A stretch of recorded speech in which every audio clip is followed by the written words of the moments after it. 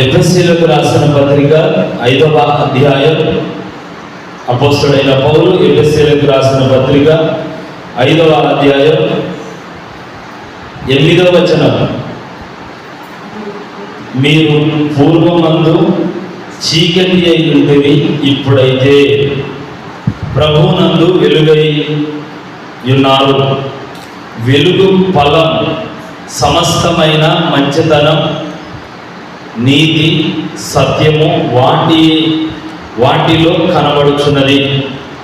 ఆమేన్. ఇక్కడ మీరు పూర్వము చీకటి అయ్యుండిరి, మీరు పూర్వము చీకటి అయ్యుండిరి. పౌలేమంటాడు, నేను పూర్వం దూషకుణ్ణి, హింసకుణ్ణి, హానికరుణ్ణి, అయిన నన్ను తన పరిచర్యకు పిలిచెను, నియమించెను అని అంటాడు. దేవుని నామానికి మహిమ కలుగును గాక. మనం కూడా పూర్వము చీకటి అయ్యుంటివి, అంటే దుష్టులుగాను, దుర్మార్గులుగాను, అన్యాయస్తులుగాను, అక్రమస్తులుగాను, మోసగానులుగాను, అబద్ధికులుగాను, రకరకాల చీకటి సంబంధమైన క్రియలలో నడిచిన వారు. అయితే ప్రభువునందు మీరు వెలుగై ఉన్నారు. ప్రభువులో మీరు ఏమై ఉన్నారు? వెలుగై ఉన్నారు. అంటే యేసు ప్రభువు నేను ఏమంటాడు? నేను లోకమునకు వెలుగై ఉన్నాను. కాబట్టి మీరును ఏమై ఉండండి? వెలుగై ఉండండి. మనం ప్రభువునందు మనం ఏమై ఉండాలంట? వెలుగై ఉండాలి. మనం ప్రభువునందు ఏమై ఉండాలి? వెలుగై ఉండాలి. వెలుగు ఫలం, వెలుగు ఫలం. వెలుగుకు ఒక ఫలం ఉంటుంది. ఆత్మకు కదా ఫలం అని మనం ధ్యానం చేసినాం కదా. ఆత్మ ఫలమేమనగా ప్రేమ, సంతోషం, సమాధానం, దీర్ఘశాంతం, దయాళత్వం, మంచితనం, విశ్వాసం, సాత్వికం, ఆశా నిగ్రహం అనే 9 గుణాలు కలిసి ఒక ఫలం అని మనం ధ్యానం చేసినాం. సేమ్ అలాగే వెలుగు యొక్క ఫలం, వెలుగు యొక్క ఫలం ఏంటి అని అంట? సమస్తమైన మంచితనం. వెలుగులో ఉన్నవాడు మంచితనం ఉంటుంది. యేసయ్యను వెంబడిస్తున్న వాడిలో మంచితనం ఉంటుంది. మంచితనం లేదు అని అంటే వాడు యేసులో ఉన్నవాడు కాడు. వాడు ఇంకా చీకటిలో ఉన్నవాడు.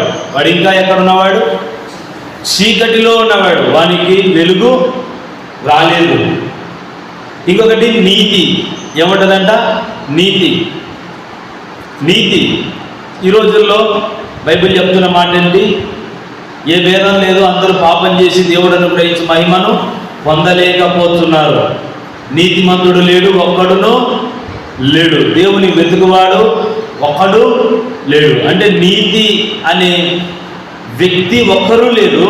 కానీ యేసు ప్రభువునందు వెలుగైన వాడు ఏమవుతాడంట? నీతిని నెరవేర్చేవాడవుతాడు. ఆమె నీతి లక్షణాలు ఆయనలో ప్రారంభమవుతాయి. ఆమె నీతి క్రియలు వారిలో ప్రారంభమవుతాయి. దేవుని నామానికి మహిమ కలుగును గాక. ఈ రోజుల్లో నీతి క్రియలు లేవు. ఈ రోజుల్లో ఏం లేవు? నీతి క్రియలు లేవు. నీతిగా జీవించే పని లేదు. కాబట్టి వెలుగులోనికి వచ్చిన మనం నీతిని కోసం జీవించాలి. నీతి ఫలం, వెలుగు ఫలం నీతి, వెలుగు ఫలం నీతి. అదేవిధంగా వెలుగు ఫలం సత్యం, వాటి యందు కనబడుచున్నవి. ఇప్పుడు మనం ఒక పండు తీసుకున్నాం. పండు తీసుకుంటే తీయగా పుల్లగా ఉంటుంది. అప్పుడు 2 టేస్ట్లు ఉన్నాయా? ఒక టేస్ట్ అయినా? టేస్ట్లు 2 ఉన్నాయి, తీయగా పుల్లగా. మరొకసారి చేదు కూడా వస్తుంది. వస్తుంది, చేదు వస్తుంది. అంటే రకరకాల టేస్ట్లు రకరకాలుగా వస్తున్నాయి. దేంట్లో? ఒక పండులో 3-4 రకాల టేస్ట్ వస్తుంది. కొన్ని స్మెల్ డిబ్బికేసుకునేటట్లుంటాయి. చూడ్డానికేమో రమ్యంగా ఉంటుంది, పండేమో చూడ్డానికి రమ్యంగా ఉంటుంది. కానీ అది దాని పండు పట్టుకుంటే చాలు వాసన ముక్కుకెక్కి డిబ్బికెక్కుతాయి. అంటే వాటి వాటి ఫలముల యొక్క టేస్ట్, వాటి వాటి యొక్క విధానం వేరైనట్లు వెలుగు యొక్క ఫలం ఏంటి అని అంటే మంచిదనం, నీతి, సత్యం. అబద్ధం కాదు, సత్యం. సత్యం అంటే ఏంటి? వాక్యమే సత్యం. కాబట్టి వాక్యాన్ని అవలంబించే వాళ్ళు వెలుగులో ఉన్నవాళ్ళు అని అర్థం. తలలో వంచుదాం, ప్రార్థన చేద్దాం.